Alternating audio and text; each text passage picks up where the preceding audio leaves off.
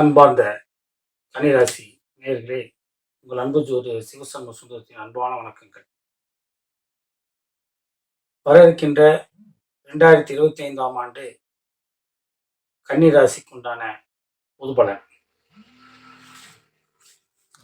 கன்னி ராசிக்கு இந்த 2025ஆம் ஆண்டு பல மாற்றங்களை கொடுக்கக்கூடிய ஆண்டாக அமைகிறது. காரணம் என்னன்னா, இந்த கன்னி ராசினியர்களுக்கு இந்த 2025ஆம் ஆண்டுல முக்கியமாக கருதப்படக்கூடிய குரு பெயர்ச்சி, சனி பெயர்ச்சி, ராகு கேது பெயர்ச்சி இந்த ஒரே ஆண்டில் அமையுது. அதன்படி பார்க்கும்போது பொதுவாக ஒரு ராசி நேயர்களுக்கு பலாபலன் பார்க்கும்போது இந்த 4 கிரகங்களை வைத்து தான் பலாபலன் பார்ப்போம். ஏன்னா அதிகம் ஒரு வீட்டை ஆக்குபை பண்ணுறது இந்த கிரகங்கள் தான். அதன் அடிப்படையில் பார்க்கும்போது இந்த கன்னி ராசிக்கு இது நாள் வரை 6ஆம் இடத்தில் இருந்தவர் சனி பகவான் மார்ச் மாதம் 7ஆம் வீட்டுக்கு கண்டக சனியா பயிற்சி ஆகிறார். அதே போல குரு பகவான் பாக்கியஸ்தானத்தில் இருந்தவர் 10ஆம் இடத்துக்கு பயிற்சி ஆகிறார். அதே போல 7ஆம் இடத்தில் இருந்த ராகு மே மாதம் பயிற்சியாகி 6ஆம் வீட்டுக்கு வர்றார். இந்த பயிற்சியினுடைய அடிப்படையில் பார்க்கும்போது இந்த 2025 மார்ச் மாதம் வரைக்கும் இப்போ இருக்கக்கூடிய நிலைமையே தொடரும். மார்ச்சுக்கு அப்புறம் இது சனி பயிற்சி ஆனதுக்கு அப்புறமேட்டா இந்த கண்டக சனியாக வரும்போது ஆணாக இருந்தாலும் சரி, பெண்ணாக இருந்தாலும் சரி, கன்னி ராசினியர்கள் திருமணமானவர்களாக இருந்தால் கணவன் மனைவி இடத்தில் புரிதலுடன் செயல்படுங்க. காரணம் என்னன்னா, 7ஆம் இடத்துல சனி வர்றது கணவன் மனைவிக்குள்ள கருத்து வேறுபாடை கொண்டு வந்து விட்டுடும். அதில் கொஞ்சம் கவனமாக இருந்துக்கணும். அதே மாதிரி பார்ட்னர்ஷிப் வகையிலையும் கொஞ்சம் கவனமாக இருந்துக்கணும். அப்போ பாதிப்புகள் இல்லாதவாறு நாம் இருந்துக்கலாம். உடல்நலத்தின் மீது அக்கறை கொண்டுக்கணும். வம்பு வழக்குகளுக்கு முன்ஜாமீன் போடுறது, மற்ற விஷயத்தில் தலையிடுறது, இதெல்லாம் இருக்கக்கூடாது. அதே மாதிரி இந்த மே மாதம் வரைக்கும் உங்களுக்கு 9ஆம் இடத்துல இருந்த குரு ஒன்றும் பெருசாக ஒன்றும் பண்ணிட மாட்டாரு. என்ன காரணம்னா, நீங்கள் உபயராசி நேயர்கள். இந்த உபயராசி நேயர்களுக்கு 7ஆம் அதிபதி பாதகாதிபதியாக வந்து 9ஆம் இடத்துல இருந்தாலும் ஒரு சுபமாக இருக்காது. சுபபரியங்களாக தான் கொடுத்துருப்பாரு. பெருசாக நம்ம ஒன்றும் அடைஞ்சிருக்க மாட்டோம். நிறைய இழப்பீடுகளும் கஷ்டங்களையும் தான் சந்திச்சிருப்போம்.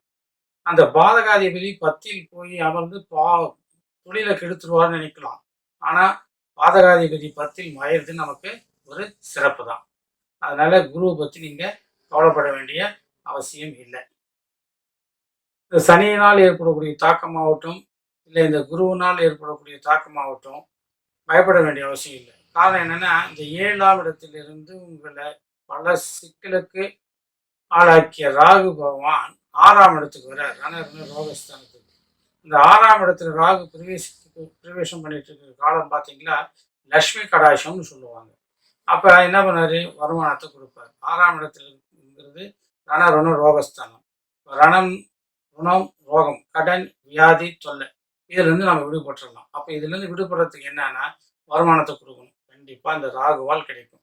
யாராவது வெளிநாடு போய் வேலை செஞ்சு சம்பாதிச்சு வரணும்னு நினைக்கிறவங்களுக்கு, இதே கண்டம் விட்டு கண்டம் போய் வேலை செஞ்சு வருமானத்தை ஈட்டிட்டு வரணும்னு நினைக்கிறவங்களுக்கு, இல்லை இருக்கிற இடத்துல இருந்து வேற ஒரு மாற்றத்தை பெற்று வேறு இடங்களுக்கு சென்று வருமானத்தை ஈட்டணும்னு நினைக்கிறவங்களுக்கெல்லாம் இந்த ராகு நல்ல ஒரு அனுகிரகத்தை கொடுப்பார்.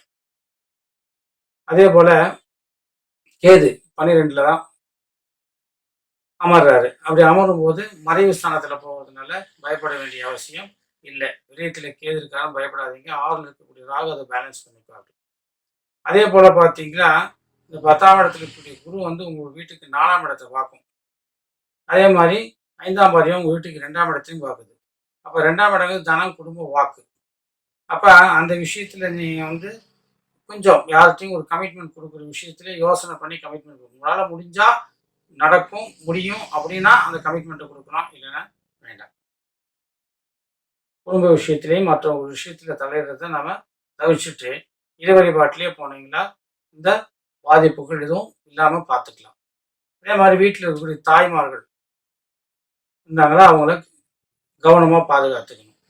ஏன்னா 4ஆம் இடத்துக்கு குரு பார்க்கறதுனால ஒரு இன்னொன்று என்னன்னா, இந்த 4ஆம் இடத்துலங்கிறது வண்டி, வாகனம், வீடு, மண், மனை இது சம்மந்தப்பட்டது. அந்த வீடு யாருன்னு பார்த்தீங்கன்னா குருவுடைய வீடு தான். அந்த குருவுடைய வீட்டை குருவே பார்க்குறாருங்கிறதுனால இது நாள் வரை வீட்டு பிரச்சனை இருந்தாவோ, இல்லை வாகனம் அதிகம் தொந்தரவு பண்ணிட்டு இருந்தாவோ, இல்லை வீட்டில் இருக்கக்கூடிய பெரியவங்களுக்கு உடல்நிலை பாதிப்புகள் இருந்தாவோ, தாய் வழியில் ஏதாவது பிரச்சனைகள் இருந்தாவோ, அதெல்லாம் ஒரு தீர்வுக்கு வர்றதுக்கு ஒரு நல்ல காலமாக இந்த 2025 இந்த குரு பார்வை அமையும். பழைய வாகனங்கள் இருந்தால் அதை கொடுத்துட்டு புதிய வாகனங்கள் வாங்குறதுக்கான அமைப்பை இந்த 2025 ஏற்படுத்தி கொடுக்கும்.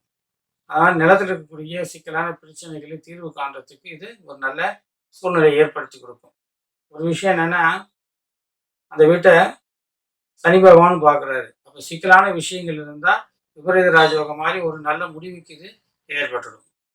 அதனால் நில சம்பந்தப்பட்ட விஷயமா இருந்தாலும் சரி, தாய் வழி உறவுகள் இந்த பிரச்சனைகளாக இருந்தாலும் சரி, இல்லை மகளிர்னால் ஏற்பட்டக்கூடிய பிரச்சனைகளாக இருந்தாலும் சரி, இல்லை வண்டி வாகனங்கள்னால இருந்தாலும் சரி, வீடு சம்மந்தப்பட்ட விஷயங்கள் ஏதாவது பிரச்சனை இருந்தாலும் இதெல்லாம் இந்த 2025 ஒரு நல்ல தீர்வுக்கு வரும்.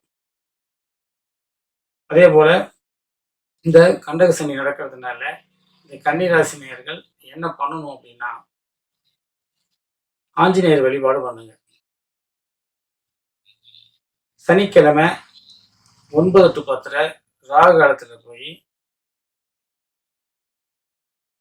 விநாயகருக்கு விளக்கு போட்டுட்டு சனி பகவானையும் சாயாதேவியும் வழிபாடு செஞ்சுட்டு வாங்க.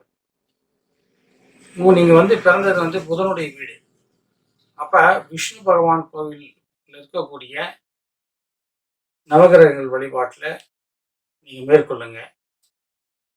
அதே மாதிரி சனிக்கிழமை பெருமாள் வழிபாடையும் சேர்த்து பண்ணுனீங்களா உங்களுக்கு வரக்கூடிய கஷ்டங்கள், இந்த கண்டக சனியினுடைய பாதிப்புகள் இருந்து நீங்க வெளியே வரலாம்.